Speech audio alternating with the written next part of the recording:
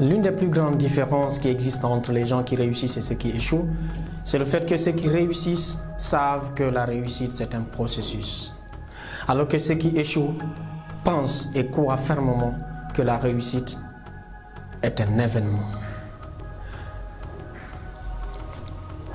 Écoute-moi bien.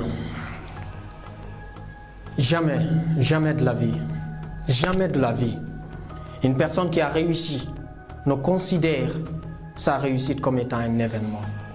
Parce qu'en fait, de loin, toi qui l'observes, tu ne vois que, comme on le dit souvent, le fruit est mûr.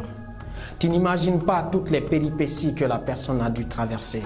Tu n'imagines pas tout ce que la personne a dû endurer pour arriver là où elle est.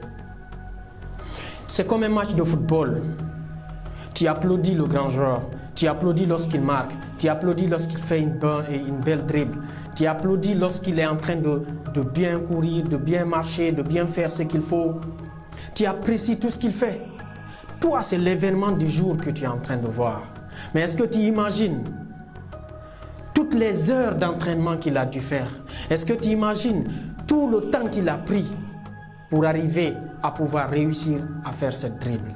Est-ce que tu as imaginé tout le temps de jogging, tout le temps de sport, tout le temps de tout ce qu'il a eu à faire sur le terrain d'entraînement pour qu'il puisse être aussi performant sur le terrain de jeu? Tu ne peux pas l'imaginer. Lorsque tu vois un chanteur qui arrive à te produire une belle chanson, ce n'est pas parce que c'est ce jour-là qu'il a réussi à le faire. Non, pas du tout. C'est parce que cette personne a dû avoir des heures et des jours, des années d'entraînement. Et la chanson que tu écoutes et que tu admires aujourd'hui représente un résultat et non pas un événement. Je me rappelle souvent qu'une dame disait à Picasso, « Picasso, est-ce que tu peux me faire un petit tableau ?» Picasso se tourne, il fait un petit tableau vite fait, tac, tac, tac, tac. Après, il lui dit, c'est combien? C'est 100 000 francs. Putain, 100 000, c'est cher! Oui, parce que vous imaginez que je n'ai fait que ça en 30 minutes.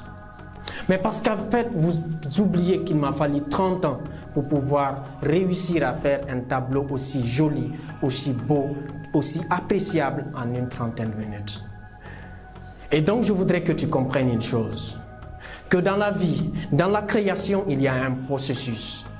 C'est pour ça, aujourd'hui, je décide de partager avec toi 4 grandes étapes du processus de la création, 4 grandes étapes du processus de la réussite.